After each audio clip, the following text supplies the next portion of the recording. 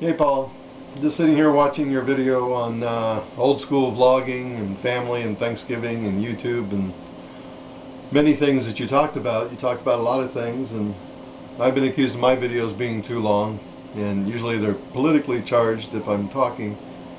But listening to your video, it really brought back some memories. I came from a very large family. My grandmother had 9 kids. I had 39 cousins. We used to have these huge family reunions, and just came from a family reunion that we have every Thanksgiving. Thanksgiving and the 4th of July. Big family reunion times. And on Thanksgiving we used to rent a church or rent some large community room, and everybody would bring food, big potluck, a lot of games, music, just good times. And things are changing a little bit, but a lot of the cousins have, come through. We now have Thanksgiving at one of my cousin's houses. He has a very nice house, very nice large room, but we don't have as many little kids running around. There are little kids. Cousins have had kids. My kids are quite older, and my oldest did go with me, but she's not a little kid running around that has no care in the world. But we still have games. We still talk. We still share. It's still a pretty good time, but it's not the same as what it was. And I think you're right. It is the other generations to take over, and you will have to do that, and it will be what it is. I mean, if it's not going to be the same as what it was, because families evolve, families, as you say, I mean, you have different things, different dynamics that happen, and that's okay. It's not a bad thing, it's just different. And your kids will have the memories that your kids have, and they'll be okay with that. I mean, it's not going to make their experience being a human that much different. They're going to have their own memories. But I mainly wanted to touch on something else you were talking about, and that's the YouTube community and the whole internet experience, which is quite important. We live in a very important time as far as humanity goes, and communication, and what that communication does for us, how that communication is going to change the way we see each other, change the way that we communicate with one another. As you say, I mean, you're going into the living rooms of people who are in Australia and England and Brazil and different places, and now that we're popping into each other's living rooms and we're actually talking to one another again, who knows what's going to happen. It can change quite a bit if we are allowed to keep it the way it is. And that's a big fear right now, is that the internet is going to change. It's no longer going to be this private little world between users, and people are going to want to control it. And that's the one thing that we have to start worrying about. Are we going to give up control of being able to jump in each other's living rooms? But what does that do for us? What does, me being able to see inside Paul Robinette being able to see inside Brian and where I live and what I do, and see my videos of what I do, and where is that going to lead us? Is it going to lead us to being more understanding of that person that's on the other side? Or are we going to become more judgmental and say, oh, look at that person, and I know that you experience the haters, and so that's a new terminology that is going to be in the dictionary someday, hater, and maybe it already is. I don't know, but I mean in the term of the internet hater. But who knows where it's going to go?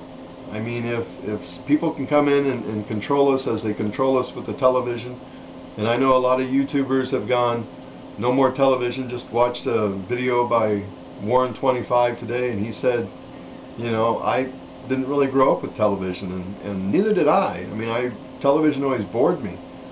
But YouTube doesn't. I mean, it's addictive. I'm 49 years old, and it's like a video game. But it's not, because you're actually listening to real human beings. You're watching creativity happen, or you're seeing, you know, heartfelt opinions. You're seeing a lot of things that are very important to the human experience. And where's that going to go? You know, who knows? Who knows? I mean, but be part of it and be happy. I mean, come on. 40 is not that old. You know, you can look at it this way. You may have, you know, reached the halfway point, but look at everything you did the first half. You got that much more to go. And so, I mean, like the internet. The internet, I logged on in 1994, you know, blogging through a keyboard or communicating through a keyboard. Did a lot more communicating than I did journaling. You know, journaling was basically an email when you talk to one another. And you save all of that. I mean, it's like going into Grandma's attic and finding this trunk full of letters that she exchanged with somebody, you know, obscure. I mean, I'm sure someday I'm going to go and people are going to go in here and see, you know, volumes and volumes of emails to people from all over the place. I mean, a lot of it's boring, but not all of it. I mean, there's things about your life, so your life becomes this box, and that's something that you really have to ponder, which is a very different thing than what the past was, what your aunt experienced, what your uncles experienced, what your grandfather and grandmother and, you know, great-grandfather and great-grandmother. I mean, I have you know, I have a book here that's the history of my family. You know, going back to Spade the Viking. I mean, it's family is family. Is YouTube family? No. YouTube is the rest of the world, and this is your eye to it. You know, your family is family. And as long as we don't forget that, and we bring our families along with what's happening in the real world, and not let them get lost in a fantasy world such as television. You know, understand what television is. It's entertainment, but YouTube is more than entertainment. And I think you mentioned that, and I don't really agree with that it's just entertainment. Warren 25 is entertaining, but he's also saying something, you know, reluctant redneck saying something honest. You know, hopefully I'm saying something honest. I mean, that's more than entertainment. And what about this tiptoe chick? Have you seen her? I mean, yeah, it's entertaining. I mean, she does some video blogs and, you know, does some kind of fun stuff, but she also has some pretty heated opinions about things that are happening in the world, and that's what I'm talking about. I mean, it's more than entertainment. We're having a communication, a dialogue, a world dialogue, you know, something that we probably need about things that really mean a lot. I mean, we're finding out that, you know, ABC, CBS, NBC, CNN, MSNBC, Fox, I don't care who you talk about, other than maybe C-SPAN, but even C-SPAN, they divide us into Democrats and Republicans. You know, at the call-in, you can have Democrat line or the Republican line. Now they're accepting videos. Did you know that? C-SPAN will allow Reneto to send a video to C-SPAN to comment on something that's going on in our government. And you send it to the Democrat videos or the Republican videos. Well, where's the libertarian videos or the, you know, independent videos or the, you know, the videos that I don't want to tell you what I am, you know? I mean, so yeah, what's going to happen here? But anyway, just sending you a video and wishing you a happy Thanksgiving, happy birthday, happy 40th. It doesn't come around that often. You're only going to hit 40 once, you know.